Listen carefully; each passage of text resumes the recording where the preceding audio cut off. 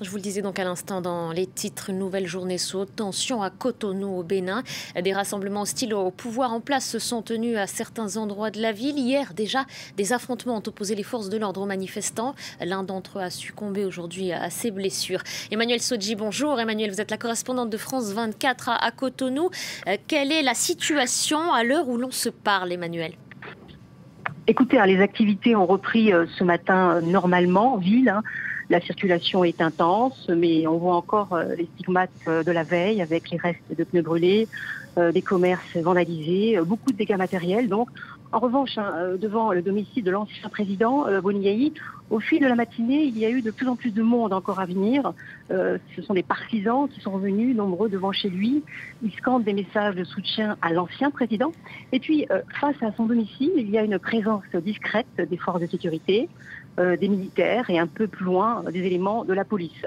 Mais pour l'instant, aucun affrontement à déplorer. La situation est plutôt calme. L'ancien président Thomas Boni, que vous évoquiez à l'instant, qui est aujourd'hui proche de l'opposition, qui avait notamment appelé au boycott du scrutin parce que cette même opposition avait été privée de participation. Et ce sont notamment les publications des résultats de ces élections législatives, Emmanuel, qui ont aussi mis le feu aux poudres, si je puis m'exprimer ainsi. Oui, ces violents incidents interviennent quelques heures après l'annonce des premières tendances législatives. Vous l'avez dit, l'opposition n'y participait pas. Alors avant les résultats, elle avait lancé un ultimatum au chef de l'État, Patrice Talon. L'ancien président Boni et tous ses soutiens de l'opposition demandaient l'organisation de nouvelles législatives. Pour l'opposition, le scrutin était illégitime car selon le camp de l'opposition, il était impensable d'organiser une élection démocratique en excluant l'opposition.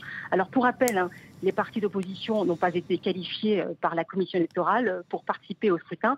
Et puis le jour de l'élection, dimanche, il y a eu de fortes violences dans le fief de l'ancien président.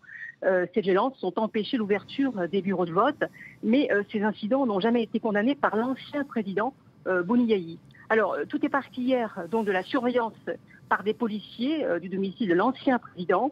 Les leaders de l'opposition devaient organiser une réunion pour prendre une décision suite à l'annonce des résultats des législatives et la fin de leur ultimatum. Les premières tendances ont montré en effet une abstention historique pour le pays, environ donc 25% de taux de participation pour cette élection. Alors de leur côté, les autorités du pays affirment qu'il n'y a jamais eu de projet d'arrestation de l'ancien président Boni.